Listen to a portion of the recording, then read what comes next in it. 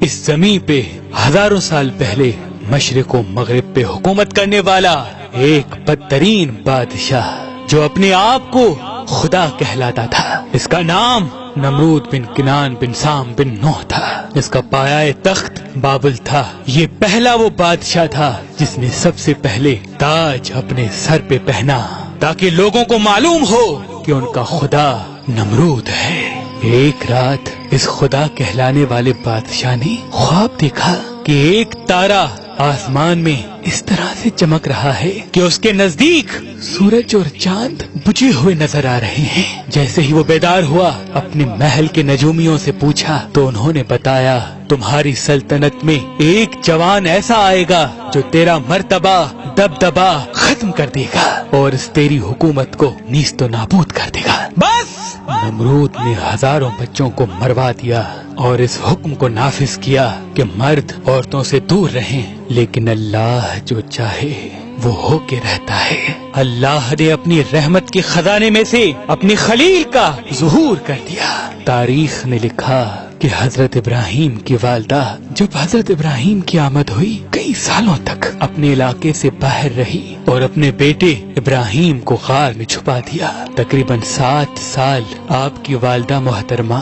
اس غار میں چھپ کے آتی، آپ کو دودھ پلا کے واپس بابل چلی جاتی۔ جب آپ زمانہ بلوغیت کی طرف بڑھنے لگے تو آپ کے چچا آزر نے یہ چاہا کہ آپ ان کے ساتھ آ کے رہیں اور ان کے کام میں ہاتھ بٹائیں۔ حضرت ابراہیم علیہ السلام جب آگے شہر رہنے لگے، لوگوں کو دیکھا کہ کوئی سورج کی پوجا کر رہا ہے، کوئی آگ کی پوجا کر رہا ہے، کوئی بتوں کی پوجا کر رہا ہے، کوئی نمرود کو خدا کہہ رہا ہے۔ آپ فرمانے لگے، اللہ تو وہ ہے جو ہر چیز پہ قدرت رکھتا ہے، یہ سورج طلوع ہو کے غائب ہو جاتا ہے، کیسے ہو سکتا ہے یہ خدا ہو؟ یہ آگ پانی سے بجھ جاتی ہے، کیسے ہو سکتا ہے یہ خدا ہو؟ یہ نمرود ہماری طرح سو جاتا ہے، بیمار ہو جاتا ہے، کیسے ہو سکتا ہے یہ خدا ہو؟ یہ بت جن کو ہم نے ہی اپنے ہاتھوں سے بنایا، کیسے ہو سکتا ہے یہ خدا ہو؟ ایک مرتبہ جب سب لوگ میلے پہ گئے تو ابراہیم علیہ السلام نے اپنی کلہاڑی سے تمام بتوں کو توڑ دیا اور کلہاڑی کو بڑے بت کے کندھے پہ رکھ دیا۔ لوگ جب واپس آئے دیکھا کہ سارے بت ٹوٹے ہوئے ہیں۔ سب نے یہ مان لیا کہ یہ کام ابراہیم علیہ السلام کا ہے۔ ابراہیم علیہ السلام کہنے لگے، دیکھو پوچھو کہ اس بڑے بت نے شاید توڑا ہو۔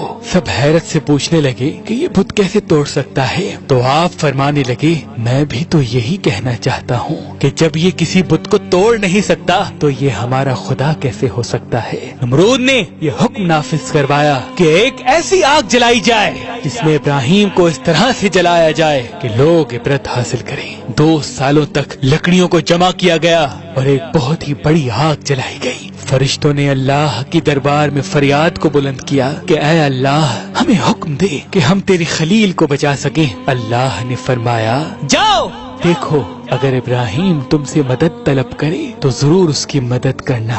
ہر ایک فرشتہ ابراہیم کے پاس آ کے کہنے لگا، اے اللہ کے نبی، اے اللہ کے خلیل، حکم فرمائیں، ہم آپ کی مدد کریں۔ ابراہیم نے فرمایا، میرا دوست میری مدد کرے گا، میرا اللہ خود میری حفاظت کرے گا۔ بس جیسے ہی نمرود نے مچھلی میں ڈال کے اللہ کے نبی کو آگ میں ڈالا تو وہ آگ گلزار بن گئی۔ اللہ کے نبی مطمئن ہو کے پرسکون ہو کے اللہ کا شکر کر رہے ہیں اور فوج نمرود حیرت زدہ ہو کے نمرود سے پوچھ رہی ہے کہ ہمارے خداؤں سے تو زیادہ ابراہیم کا خدا طاقتور ہے، اس نے ہماری آگ کو گلزار بنا دیا۔ نمرود نے کہا، اچھا؟ ابراہیم علیہ السلام کو بلا کے نمرود کہنے لگا کہ جاؤ اپنے خدا کو کہہ دو کہ کل وہ اپنی فوج تیار کرے اور میں بھی اپنی فوج تیار کرتا ہوں، کل مقابلہ روبرو ہوگا۔ نمرود نے جو مشرق و مغرب پہ حکومت کرتا تھا، اس وقت زمین کا سب سے بڑا بادشاہ تھا، اپنی فوج کو تیار کیا اور ایک بڑی عمارت پہ کھڑے ہو کے کہنے لگا، ہے کوئی مجھ سے زیادہ طاقتور تو آئے اور لڑے مجھ سے۔ اتنی دیر میں اللہ نے مچھروں کو حکم دیا کہ جاؤ اس نمرود کی فوج کو فنار کر دو۔ وہاں سے بڑے بڑے مچھر آئے اور نمرود کی فوج کے ایک ایک فرد کا خون اور گوشت کھا گئے۔ نمرود حیرت زدہ دیکھ ہی رہا تھا کہ ایک لنگڑا مچھر نمرود کی ناک میں گھس گیا۔